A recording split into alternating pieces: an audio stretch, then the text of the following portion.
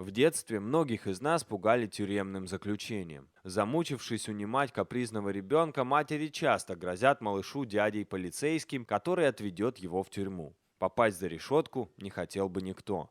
Наказание, однако, наказанию рознь. Большинство преступников вновь выходят на свободу довольно быстро. Лишь самые отъявленные отбросы общества сидят в тюрьме по 20-30 лет. А вот четвероногий герой нашего ролика провел большую часть жизни за решеткой исключительно благодаря человеческой прихоти. В прошлом году тайским защитникам животных пришла анонимка. Неизвестный благожелатель направил волонтеров в один из районов Бангкока, где, по его словам, томился в неволе несчастный зверь. Прибыв на место, спасатели ахнули. На них из-за грязной решетки глядел изможденный взрослый ассамский макак.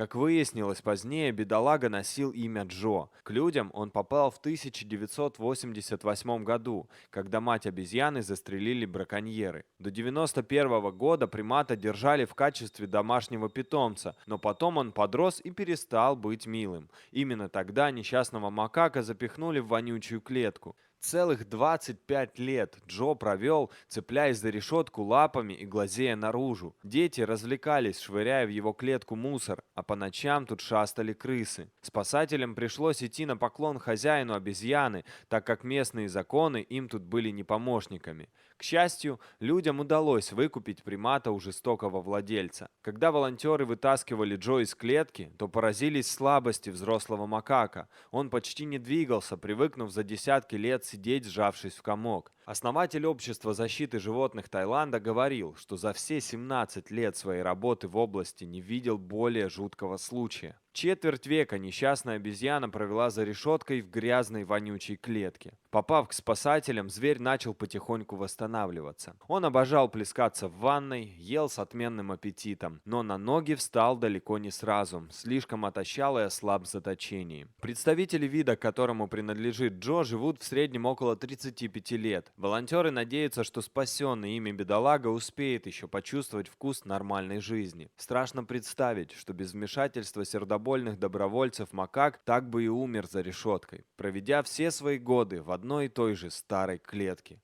Жуткая судьба. Ну а самоотверженному поступку спасателей остается лишь аплодировать. Надеюсь, эти люди смогут благодаря своим усилиям изменить ситуацию в стране и спасти еще много животных. Дорогие друзья, если вам понравилось это видео, ставьте лайк, а также подписывайтесь на канал, где вы найдете еще много интересного.